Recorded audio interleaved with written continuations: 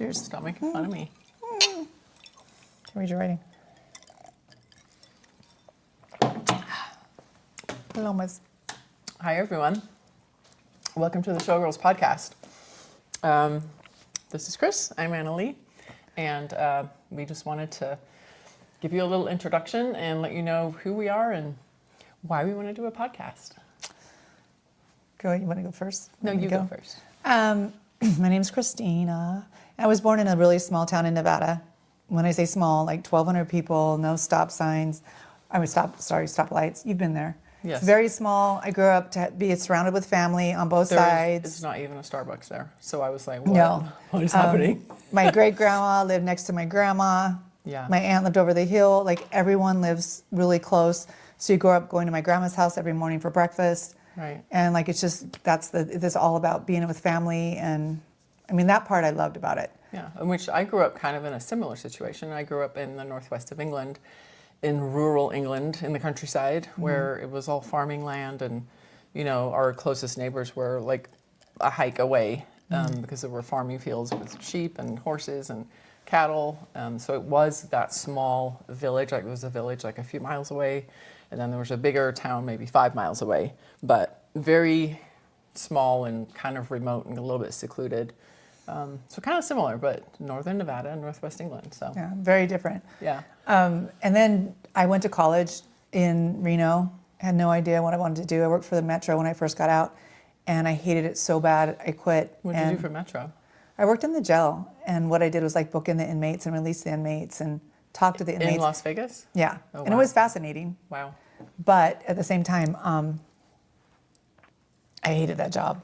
Oh my God, I was there a year and a half. I'm like, I'm going to kill myself if I stay in this job. So I quit that, and I just started doing cocktails, and actually met the entertainment director of the Folies Bergere. Oh, really? I didn't know that. Yeah. You did? Don Martinez. Yeah. He goes, Oh my how God. tall are you? I'm like 6 foot. He goes, do you dance? I said, I can dance somewhat. And he goes, you want to come audition at the Follies? Wow. And that was it. And he was with 3 other showgirls, and they all had their makeup on. They'd all go on with their big makeup on. Wow. Yeah. Oh my gosh. So that was 1986, I think. Yeah. Yeah. So Chris and I are actual retired Las Vegas showgirls, and we met in the dressing room in, what year was it? How old's I Marley? met you in 93. And Marley was born in 93. Marley was 6 months old when I met you. Yeah. So 93. 1993. Just a little while ago. And yeah, so that's where we met, and we sat next to one another. Except we were Yes. flipped. You sat here and I sat there. And By the way, it's really important who you sit next to in the show, because they can make or break your day. And Like, she if you're didn't wanna sit studying next to me. to someone you don't like, it's rough, because you are literally with them all day long. Yeah. And you're vulnerable. Like, you're just in your tights, doing your makeup, doing your quick changes. So who you sit next to was really important. They had a really good crew, I think, at the Showgirl room. they did. She didn't want to sit next to me at first, though. She didn't like me. First, No. she thought I was 2 separate people, because I Yeah. have a nickname, which is Biz. So she was introduced to me the first time as Anneli when I had no makeup on, and it was like the beginning of the night. And then later she came back and she was rehearsing and stuff, and it was during the show. I had my makeup on and my hair up and everything, and someone called me Biz, so she thought I was 2 different people. And then when she found out that her seat was going to be next to me, she went to the director. She's like, I don't want to sit next to her. He's I like, don't that's all that's her." available. I'm like, oh, she's so unfriendly. Because you were doing sit-ups one day, and they go, oh, hi, this is Biz. I'm like, hi. And you're like, you're not even saying anything. Well, because I had a 25-pound plate on my chest. I was dying. No. It's just like your shyness that comes across as bitchy sometimes. Shy and British and reserved.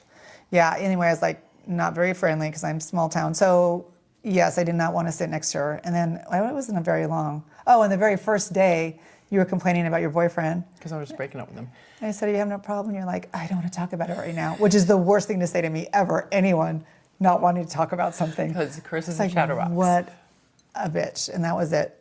And then I was quiet, and then 2 days And later. I was dipping a Snickers bar in my coffee. It's like famous. I would dip the Snickers bar and eat the melted chocolate. Yeah. And then within like literally 36 hours, we were like best friends and cracking up. Laughing and I was on the falling floor. off my chair laughing. I found that you're very funny and witty. Oh, and you got see? my jokes. So Anyway, that's how we met.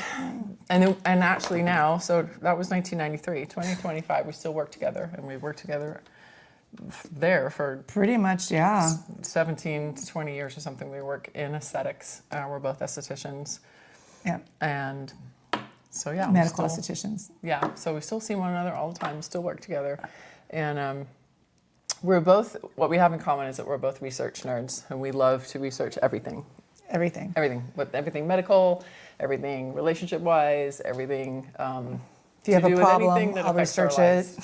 Like Chris has a son who's autistic, so we've done lots of research on autism and therapy but everything.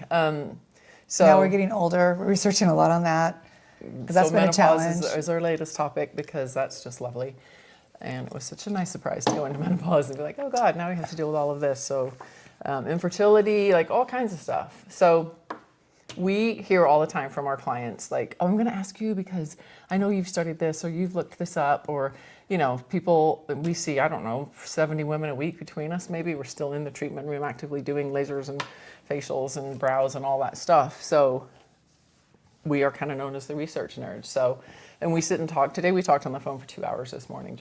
I still don't know how that's possible. I know, right? What is happening? I wasn't doing anything. She was cleaning or something. I was just laying on the couch. Come up with those things to talk about. But yes, we will research everything, like talk about it, figure it out between us, and between us, both of us, we just wanted to share like some of the information we had. Yeah, so I think just sharing information is great. You know, like for instance, I went through infertility and I had a client, I was telling her all of the tips and tricks for infertility, and she had a baby, and she always tells everyone, my esthetician got me pregnant. I'm like, well, that sounds a little weird, but but I, you know, I shared my knowledge with her. So that's really what we want to do. So there's all kinds of topics that we want to discuss: menopause, autism. We got lots. Yeah, relationships with boys. Lots of, we can talk about that forever. Yeah. Sex over 50. Women, with sexuality with women, period. Just all sexuality with women. That's always been my thing that I was always been interested in. Yeah, what was your paper you wrote in school or college? Was it about the G-spot. Oh, yeah, okay. So, yeah. So I researched that to the end, but yeah, just about anything sexual I've always been really fascinated with. So we pretty much research anything, everything. Yeah. Worked together, danced together for many years, and now working in advanced aesthetics. Still together, still besties after all those years. So, but yeah, we were, Chris was in the show for how long were you in the show, the Tropicana? 20 years. So we were the Folies Bergere, the Tropicana. Yeah. And I, coming from England, I worked in Europe and in Asia and on a cruise ship. So I think I did 17 shows professionally. And I was in that show, in and out of that show for 7 years. So we are now dinosaurs because the Las Vegas Showgirl is pretty much extinct. But it's kind of going through a little bit of revival, which I like. Oh, absolutely. Yeah. With the last Showgirl movie with Pamela Anderson, and then with Taylor Swift's Life of a Showgirl. We can discuss that, yeah. Taylor's on her album. Yeah, and being from Tonopah, I've been very limited shows. Like even actually to this day, like people will still say, "Oh my God, you were the Showgirl," because in where I grew up was really small. She's the superstar of Tonopah. Small little town. So no one ever dreams about doing stuff like that. So it was a big deal. So yeah, we want to tell you all about the life of a showgirl, the real life of a showgirl. Maybe show you some of our backstage little makeup tricks and stuff like that. So yeah, we'd also like to hear from you, like whatever you want us to discuss. You know, leave a comment below. We've probably already discussed it, but we will. If you want something discussed that we want us to research, we can research it, and we'll go in depth and go down the rabbit hole and figure stuff out. So, no, absolutely. Yeah. So cheers to that. Cheers. Cheers. Cheers.